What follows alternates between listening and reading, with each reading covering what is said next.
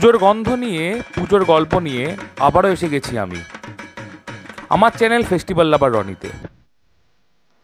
এরকম আরও ভিডিও দেখতে, পুজোর আরও আপডেট জানতে অবশ্যই লাইক অ্যান্ড সাবস্ক্রাইব করুন।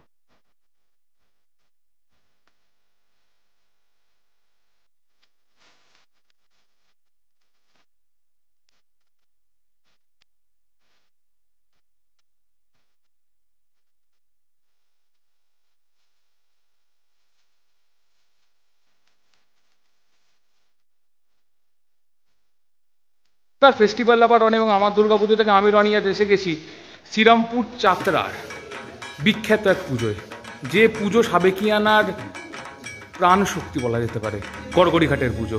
যে পুজো না দেখলে শ্রীরামপুরের ঠাকুর দেখা সম্পূর্ণ হয় না, সেই গড়গড়ি ঘাটে। আসুন কথা বলে নেবো এই পুজো কমিটি সদস্যদের সাথে। আমরা এখন পেয়ে গেছি গড়গড়ি ঘাট সার্বজনীন দুর্গোৎসব কমিটি সদস্যদের। আসুন জেনে নিই এবছর পুজোয় কি চমক রয়েছে। আপনার বলেন। তো বরাবরই সাবেকি মূর্তি, মা আমাদের সবার দিকে চেয়ে থাকবে, এইভাবেই আমাদের মূর্তি তৈরি হয়। তো এইভাবেই আমরা করেছি এবং আমাদের নিজস্ব যে বনেদিয়ানে একটা প্যান্ডেলের আবহাওয়া আছে, এটার মধ্যেই আছি। তো এইভাবেই আমাদের পুজোটা হয়ে আসছে এবং দীর্ঘকাল ধরে এইভাবেই। এবারেও কি প্রতি বছরের মতো ঘুরন্ত চক্র দেখতে পাবো মা দুর্গার হাতে আর গণেশের হাতে? এবং গণেশের হাতে আমাদের ঘুরন্ত চক্র থাকবে। এটা আমাদের তো নিজস্ব, আমাদের এই পুজো মণ্ডপের একটা নিজস্ব, মানে গড়গড়ি ঘাট মানে মণ্ডপের সামনে ফোয়ারা রয়েছে আর মায়ের হাতে চক্র। এটা আমাদের পুরো একদমই তাই, নিজস্ব সদস্যদের সহযোগিতায় এরকম করা। এবছর কততম বর্ষ? এটা ৭৯তম বর্ষ, মানে একদম দোরগোড়ায় ৮০। সামনের বছর আরো বড় তাহলে? সামনের বছর আরো পরিকল্পনা আছে।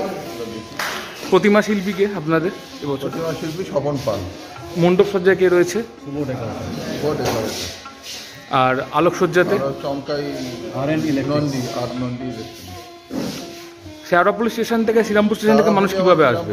দুদিক থেকে ম্যাক্সিমাম ৫-১০ মিনিটের ডিস্টেন্স, ১০ মিনিটের মধ্যে চলে আসা যাবে। আপনারা আর কি বলতে চান? মানুষের জন্য সবাই মিলে আসুন, আমাদের প্রতিমা দর্শন করুন, মণ্ডপ দর্শন করুন, আমাদের এখানে যে পরিবেশ আছে সেই পরিবেশটাকে উপভোগ করুন। পুজো সবাই আনন্দ করে কাটান। গড়গড়ি ঘাটের পরিবেশ একটা আলাদাই সাবেকি ঘটনার পরিবেশ। ছোটবেলা থেকে দেখে আসা, ছুটে আসা সেই টানে এই সাবেকি প্রতিমার ঠাকুর দেখার জন্যই। আপনাদের এবছর প্রাক ৮০তম বর্ষের শুরুতে এই পুজো আরও বেশি উন্নতি লাভ করুক এবং গড়গড়ি ঘাটের পুজো শুধুমাত্র শ্রীরামপুরে নয়, গোটা হুগলি জেলায় বিখ্যাত, এটা আমরা জানি। এই পুজো আরও বেশি নাম করুক, এই পুজো আরও বেশি স্বনামধন্য হোক।